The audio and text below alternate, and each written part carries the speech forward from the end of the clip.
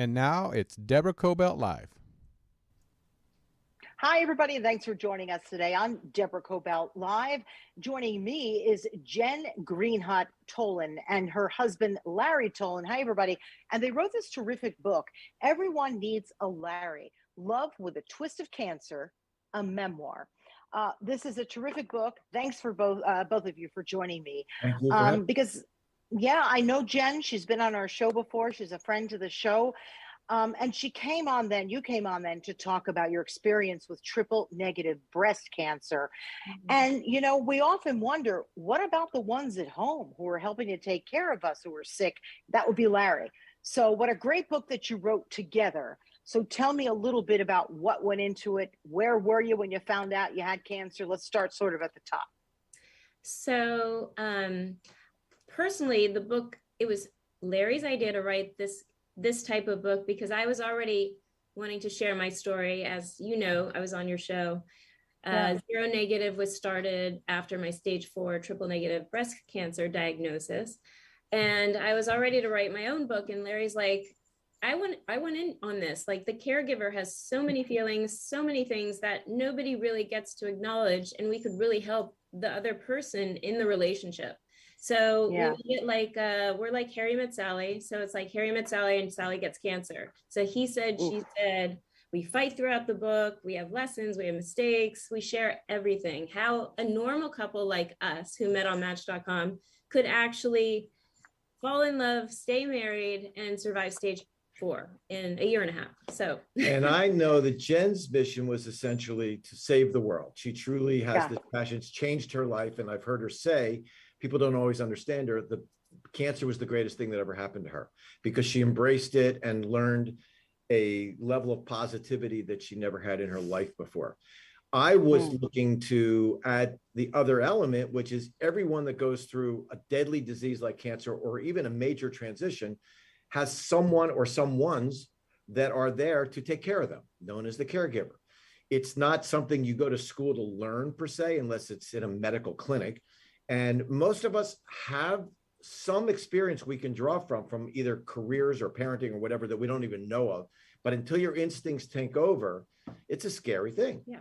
Yeah. You know, I was not the one that came up with the name Everyone Needs a Larry. So as arrogant and self-centered as I may be at times, it wasn't my idea. No, it was actually, yeah.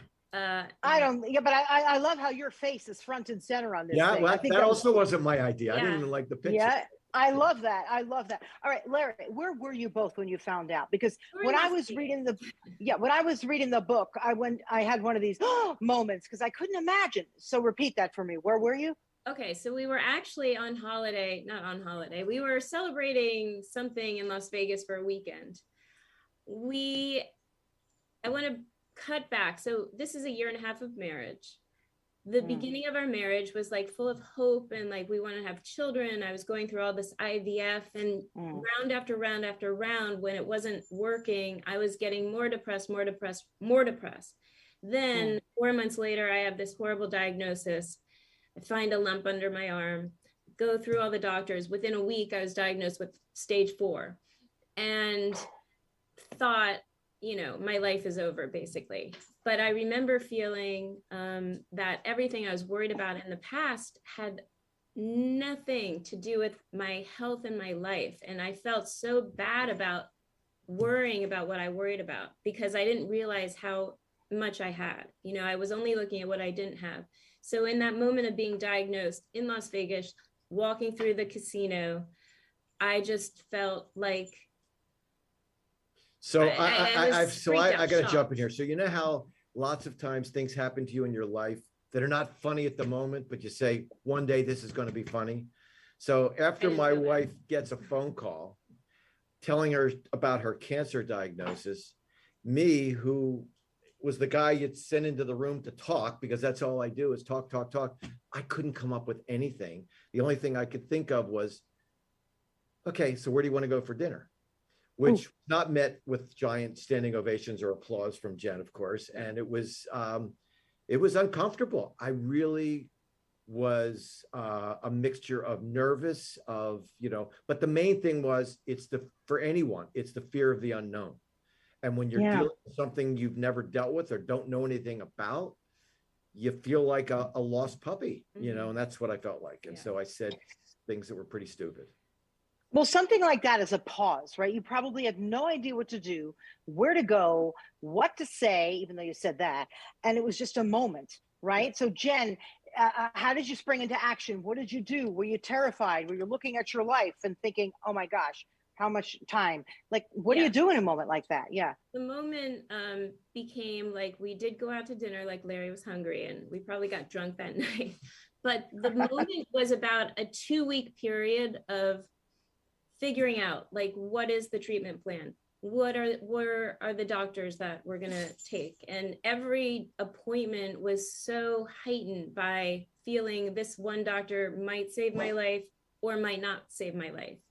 And until we came up with the treatment plan, until I felt comfortable with the doctors I picked at UCLA, which is the whole story behind Zero Negative, when I found out that if I had gotten pregnant when I wanted to, that pregnancy would kill me. All those hormones she was pumping into herself were making the cancer grow. I realized that the universe was saving my life by not giving me the pregnancy, as opposed to feeling before like the universe is punishing me by not giving me the pregnancy. So everything changed. And in that moment, I felt like cancer was coming to be a blessing for me and for us. Okay, well, she tends to, that's Bo, our cancer. Your family member. That's Bo. Hello, Bo. Bo's also a cancer survivor too. He went in. Really? Cancer. Yeah, I was going to say, Bo has a lot to say about this is kind of where the caregiver thing takes off. And what I would say to most people that are ever faced with that, whether you're going through it now or are going to be faced with it, most of us have experiences in our life. I was a manager, personal manager in the record business for many years, dealing with, high-end celebrities, and everyone is different, like snowflakes. Each person is different, so everyone has different needs. It wasn't something I learned, but instinctually, while Jenn is going through the physical part and the emotional part of what she has, somebody's got to take care of this. So I realized at the time she had the worst insurance policy ever printed. Fortunately, it was at the end of December, so we only had eight days left of that horrible policy. So I had to learn everything possible about insurance. We had to find an oncologist, which we knew nothing about, in 2 weeks. She had to start chemo within a 2-week window. So our whole lives were about to be completely turned upside down, and we were about to live a life that we had no clue about what was in store. Now, what was your mindset? Larry, you were concerned with, oh no, what happens if? And Jenn, you were looking at the positive end, right? Like, what was the diagnosis? Could you tell me? The diagnosis was stage 4 triple negative breast cancer. And but I mean, he gave you go ahead, 50-50, right? Yeah. Okay. So he gave me 50-50 chance. And I used to be a gymnast. I was an athlete growing up. He didn't say that. He said, you have a 50% chance of surviving. Yeah. And all I'm hearing is you have a 50% chance of not surviving. And I'm hearing, I'm going to be in that 50% surviving because I didn't want to die. So I knew in that moment I was choosing that, but I was also choosing to look at cancer in a positive way, like to believe that this is actually supposed to change my life for the better. And I was looking at cancer as like a class. What am I going to learn? What's going to change? How is Jenn going to transform? And I looked at everything in a positive way. Like, it's all going to be better and we're going to be better. We just have to kind of figure it out how to do it. The one thing I did come to Jenn with is that I am not at all religious. I've become certainly a bit more spiritual, but I'm a big believer in destiny.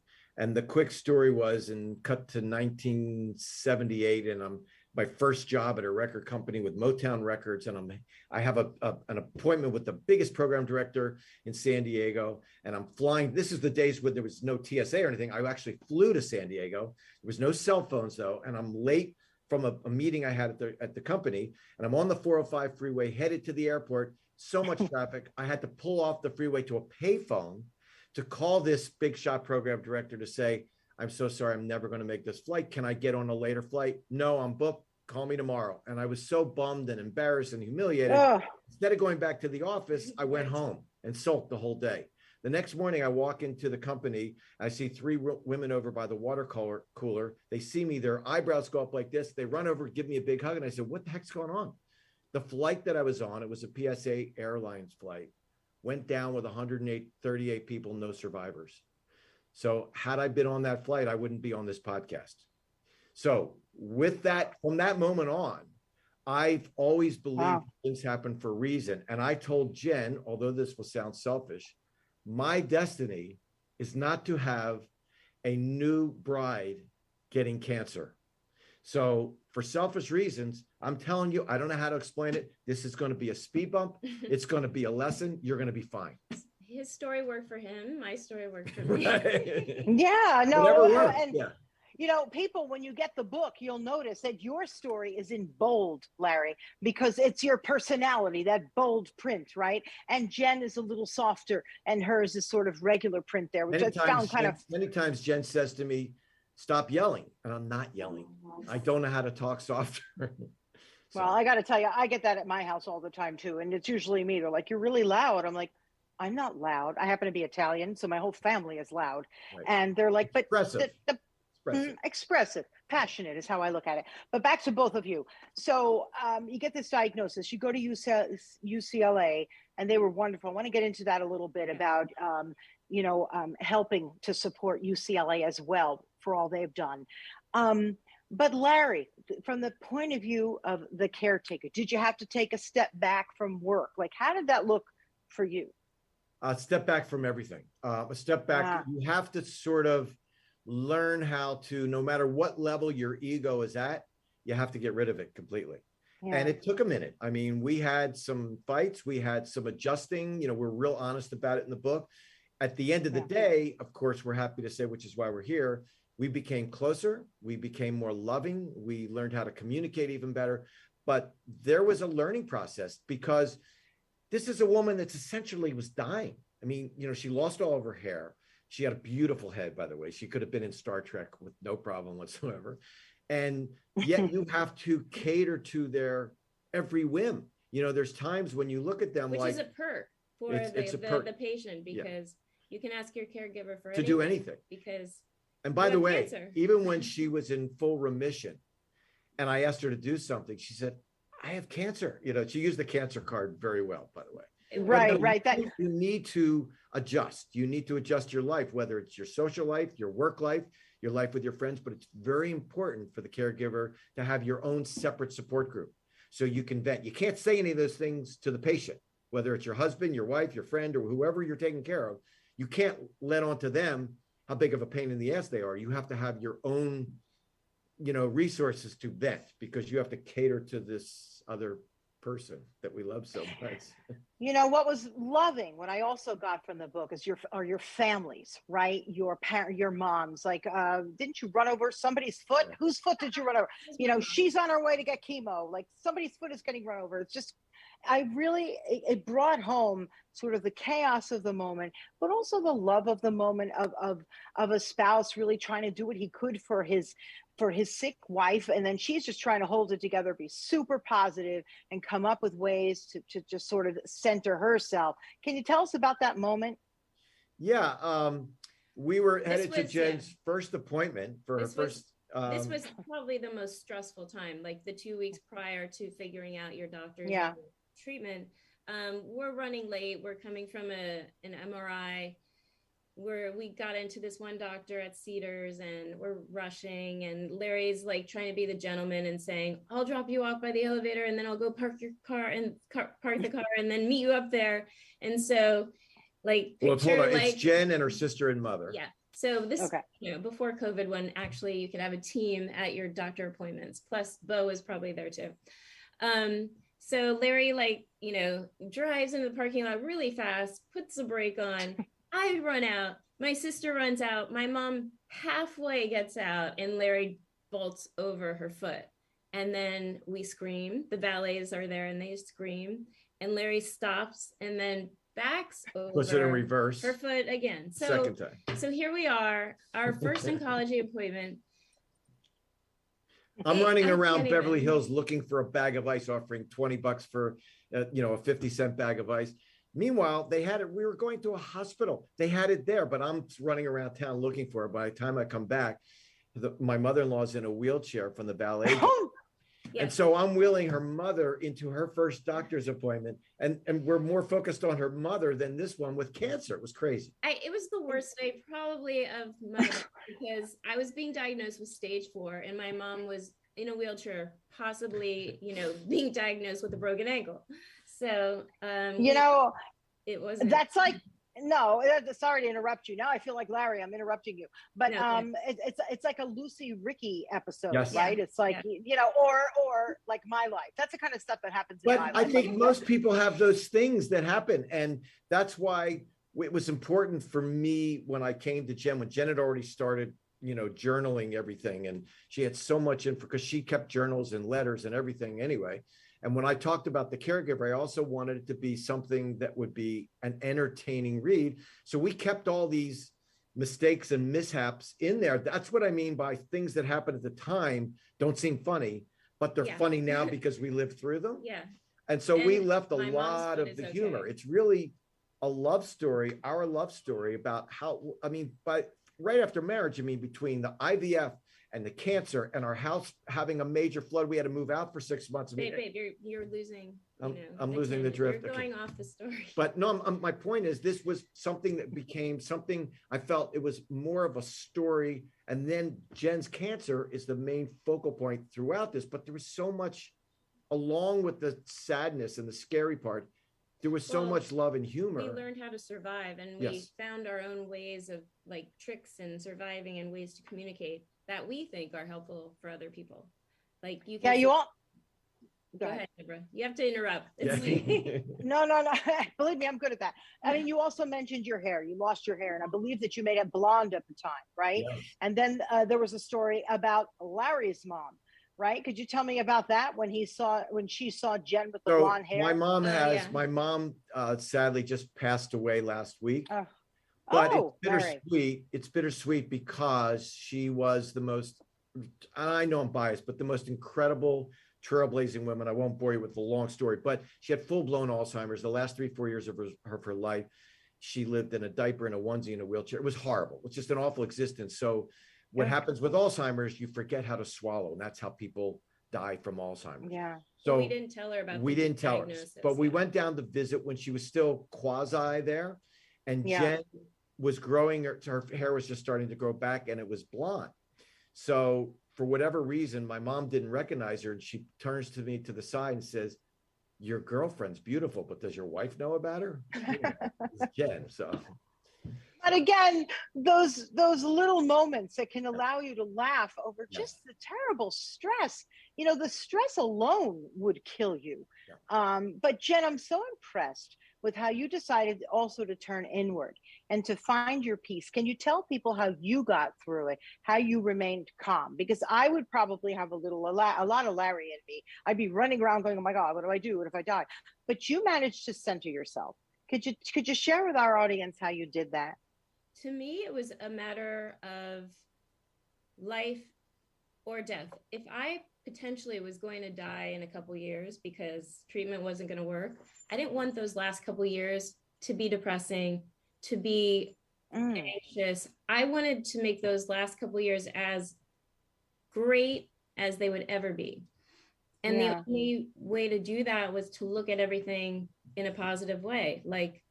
And I realized through doing that, everything is in our head. Everything is created as a story.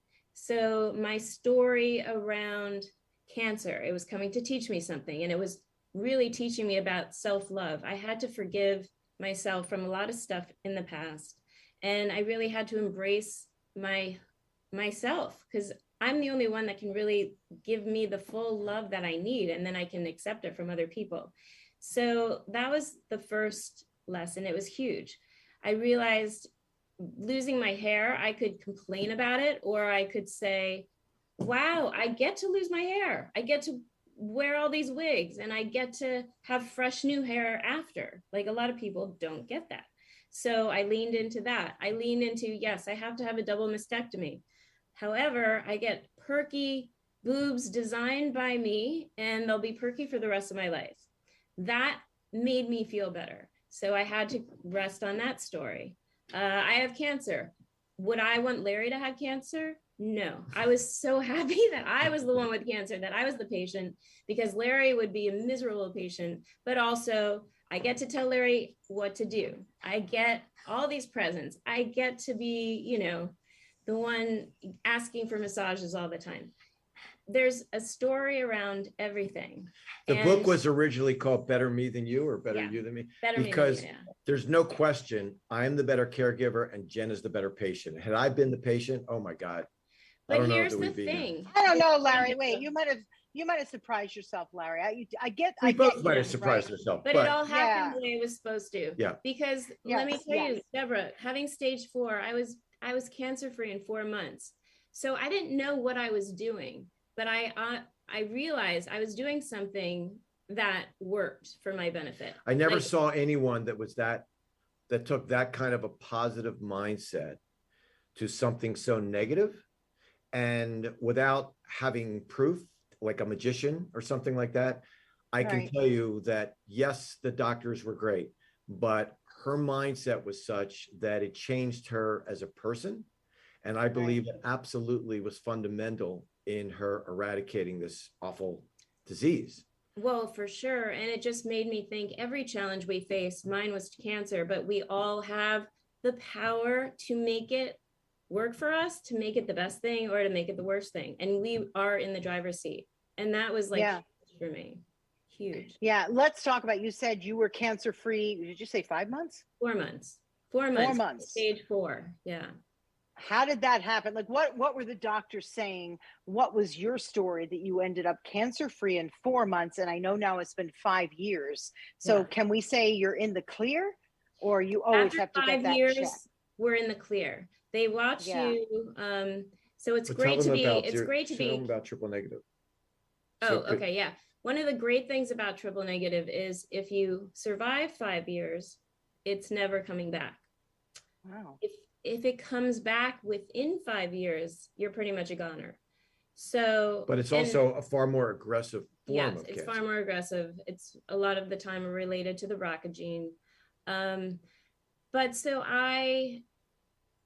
you know, within the 5 years, that's kind of a scary time, but I just had to believe that, you know, it wasn't coming back. And I just kind of like chose that belief, you know. Triple negative. Do they know how a person gets that? You said it can be related to the BRCA gene, which of course is genetic.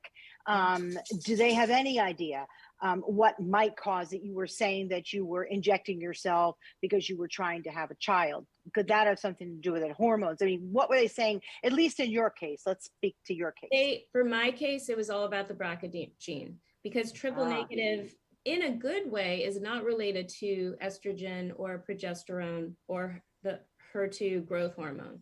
So it had nothing to do with any of those hormones. It was just related to the breast cancer gene, and probably triggered from the hormone shots, but also triggered from depression, stress, feeling like, you know, not good enough, not worthy, all of the stuff that came up that needed to be healed. So However, that's how cancer, you know, came up for me. It was asking for all this trauma to be healed. And I did. And I thought, like, I either have to heal myself to live or I'm going to die, basically. However, one thing you said is partly true. When we were going through the IVF, all those hormones that were being injected in her were absolutely making this situation worse. It was growing the cancer cells. Yeah. But I think emotionally I was triggered. The BRCA gene was triggered because of my depression. Jen's oncologist said that had you gotten pregnant, you would have most likely died in the delivery room. Yeah. So my gosh. Jen was thinking the universe was punishing her and not allowing her to get pregnant. She learned it actually was saving her life in a weird guys, way. you've got Bo. Come on, you've got Bo. There's your kid. I mean, really, I actually happen to believe that. I believe pets are our family. And it's Bo and 10 other pets that come along, right? Whether it's a lizard, a cat, a dog, they are our family. And I think there you go. Go ahead. He was the service dog. He went to all the appointments. He napped with me. He was there 24/7. He ended up with cancer a year later. So now it's kind of fun to see we're both cancer survivors. But he took it on from me. I think he took some of the energy away and ended up with a lump on his arm. And it turned out cancer. So, but thank God he didn't need chemo. He just needed a surgery. Larry, in your business, right, in the radio business, and we all know how that goes, right? I mean, I live with someone who is on the radio, and it's high stress, right? You're dealing yourself. You were dealing with a lot of celebrities. You were always on, great at what you do. How did this change you? How did this change you? I'll tell you exactly. I was actually a manager, personal manager, so I managed the careers of music artists. Right. In the early 2000s, without going to the long story, because of technology, the record industry changed, and I took another pathway.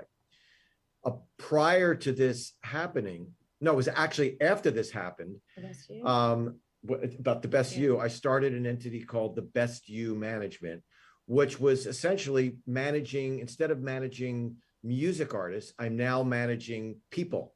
Primarily, they have been to date mostly women that have gone through a horrible transition, whether it's a death in the family, whether it's a divorce, a transition of some kind that has left them sort of quasi-paralyzed. And they need someone like myself that is a combination of a life coach, of a cheerleader, as a manager, like as a friend, an advocate, but also can deal with finances, that understands the business world and sort of serves as a liaison with everything in their life.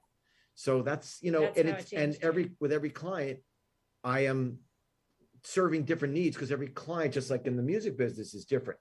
What I did with Jenn taught me patience, which I have very little of, how to listen better, which I suck at. But these are things that the experience with Jenn, I think, made me better at that. You know, one thing I want to say for communication, because Larry does, it's really hard for him to listen, and he cuts people off a lot. Major. And he doesn't mean to, but he can't help it. So I love him. But go ahead. I think you're adorable. I feel you, and you have a heart this big, right? But and that's why he jumps in, because it's like, oh, I know. So I love this. Go ahead, Jenn. Yeah, sorry to interrupt you. Poor Jenn. We're always interrupting Jenn, right? But go ahead. Thank you for saying. We learned the better way to communicate really tough things was writing letters to each other, which I had saved, you know, throughout our journey through cancer, along with the journaling that I had done. But we had a lot of really great letters, because the person couldn't be interrupted. The person writing it knew nothing had to be said. They just had to hear what that person was feeling. It didn't need a response. And sometimes there was a response, but it was like so cathartic for both of us to be able to write letters and share the real feelings that probably would be too hard to say face to face, because either one person interrupts or one person gets triggered, and then it becomes something different. So two things that are good about that. One, wait. Well, I was just going to say, because Jenn, forget it, she's gave up. Well, because Jenn saved her journal entries in these letters, they're a big component in this book. We share them. Yeah. And when I went back and we were proofing, you know, early edits of the book, every time I would read these, I would tear up, because I forget about it, but then it's so real and so raw. And we felt it was important to put that in the book, because we know anyone else that's going to go through this is probably going to have similar feelings, and to not feel guilty or bad or wrong about whatever you feel, you just have to find an outlet how to deal with it. So, but even when there's not, I think for normal communication, sometimes currently I'm the more prolific letter writer. Jenn would rather talk face to face, but it's a great communication tool, even if you're not going through something difficult. Yeah. That's what we believe. I do that sometimes with my husband. I'll write him something, and it usually starts with "you a-hole," and then he won't read it. No, I'm really. We've been married way longer than you two have, right? I mean, you were like, you know, newlyweds when this happened to you. Yeah. I mean, like, come on, nobody expected that. It's like, wait, I just married this girl. What? We're on our 7-year itch year, as we've had 7 years doing this. Anybody itching, or are you like all good to go? You're all in. I just itch her now, you know. No, we're better than ever. We really are. I think I'm better, and that is kind of like our whole intention for the book. Like, we want couples to get better after a cancer diagnosis, and it can make them closer and stronger and more connected. And something to put on their resume. You know, we're both cancer survivors. Yes, I had cancer, but my whole family, and Larry especially, went through it with me. So hi, Bo. Hey, Bo. You started something called Shop Zero Negative. Tell people about that. I bought one of your bags. I do need to purchase another one. Tell us about that if you would. And also tell us about the work being done over at the Johnson Cancer Center Foundation over at UCLA. Tell us about both. Okay, so when I was going through triple negative in the beginning, when I realized I was probably going to make it, and I was so grateful for my team of doctors, because I really believed they were partly saving my life, and it was a collaboration and we were working together. I had a passion to figure out how to raise money for their research center, because I wanted to be like part of the team that helps raise money and find a cure for cancer. So their organization is called the Johnson Cancer Center Foundation. And what I did with triple negative, I reversed the name and called it zero negative, because zero negative is basically everything that happens to you. It's a negative or it's positive. And it doesn't have to be anything. It can be zero negative. So everything's positive. And it became the idea that I learned so much about love and the power of love, overcoming challenges much better than fearing the challenge and feeling like a victim. Like, you're choosing to embrace the challenge with love and appreciation and gratitude. So it became accessories, the tote bag that says love, and it gives back to cancer research at UCLA. And now that's part of my mission, and that's been around for 5 years now. And the book is now the second part of Zero Negative, to help couples and also give back to cancer research. Right. And the hard copy book in particular, would you tell us about the hard copy book, Giving Back? I have yeah, go ahead. It's special. It's the only one that you can get on the website, shopzeronegative.com. Because the other copies, if you're a Kindle reader, you can get it on Amazon or paperback on Amazon. But I really do like the idea of the hardback. I personally like reading hardbacks over anything else.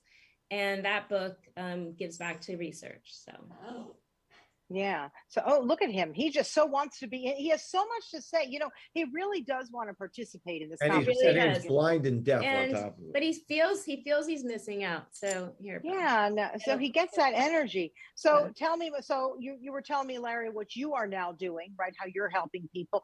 Jen, you're doing the same. Tell us a little more about. We're also doing it together. So we're building program to do both online classes and individual counseling for people that are going through something similar to ours, where some may need both perspective from the patient and caregiver. Some people just may need the caregiver's point of view. Some may just need the patient.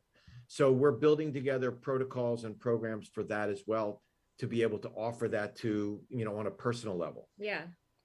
I think that is so critical. You were talking, Larry, earlier about when you deal with people who've been through a lot, and not necessarily just cancer. It's not just cancer, but, Sure. A lot, right? I could have used something like this because I had gone through a period of grief that really pulled the rug out from under me. And it took me quite some time to sort of recover from it. And even today, I'm not completely there, right? And I went to a grief center at one point, and they're like, it'll take you 2 years. I'm like, 2 years? I'm at 2 years, and I'm no better than I was the week it happened. So, it's not a one size fits all for everybody, right? No. Everybody. I have a new client right now that is a brilliant woman that has done very well in her life, romantically, business-wise, whatever.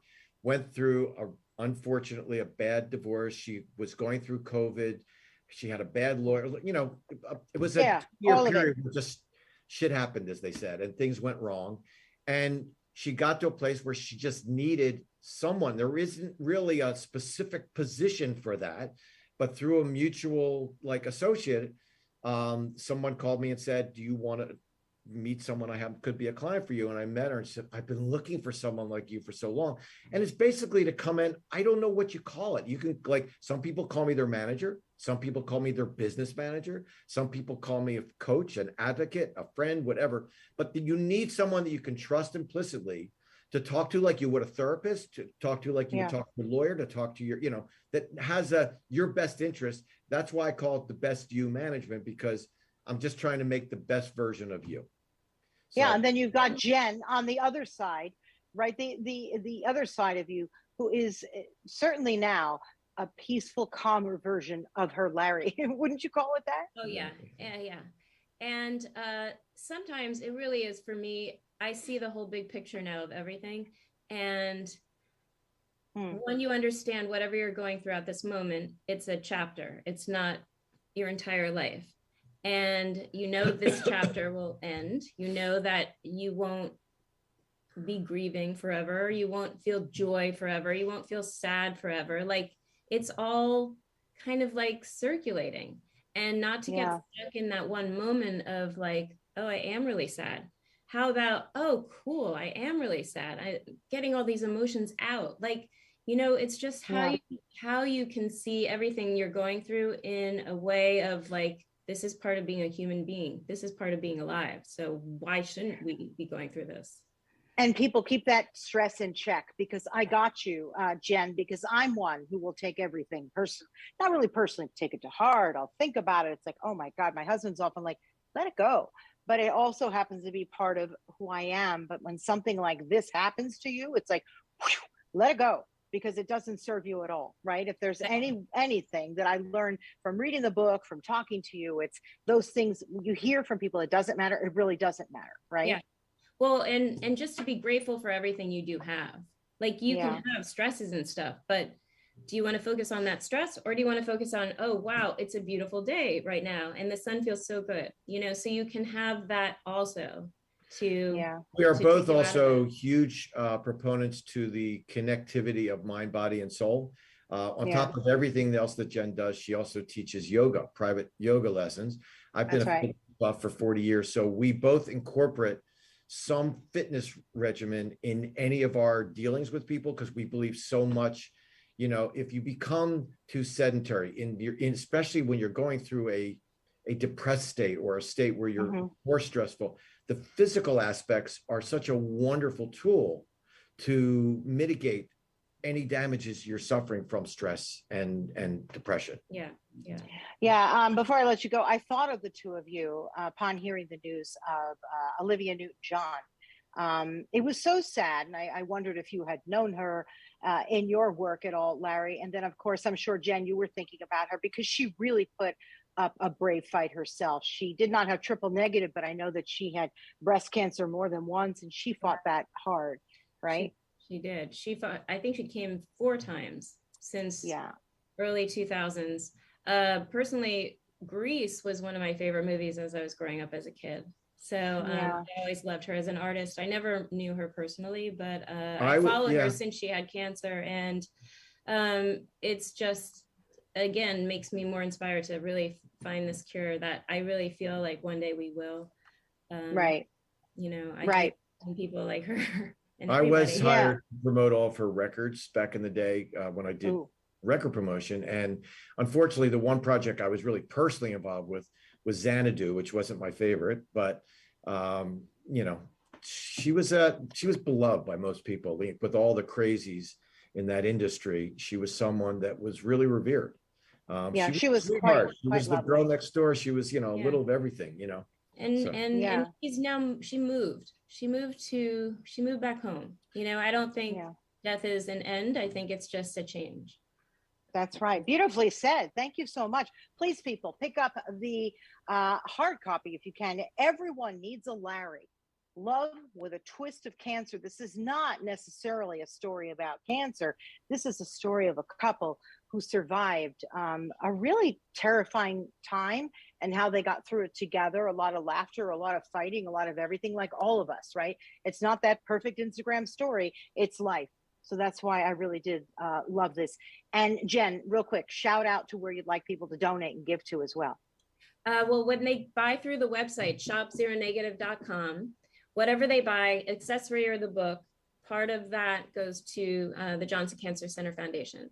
So they can also just go to the Johnson Cancer Center Foundation and donate, but I would like them to go through Shop Zero Negative and get a cute tote and a book to go with it. And they make great presents. Everyone knows somebody going through cancer, or who has been through cancer, or soon to be diagnosed with cancer. So we want to support their journey. We want to help them, because we figured out some things that helped us. So Yeah, beautiful. Thank you both so much for joining us. Thank you, Deborah. We Thank you, appreciate Deborah. yeah. I appreciate it so much. Please pick up the book. And guys, we're neighbors. We've got to go to dinner this time. Neighbors, Like, yes. All right. toss out a couple of dates.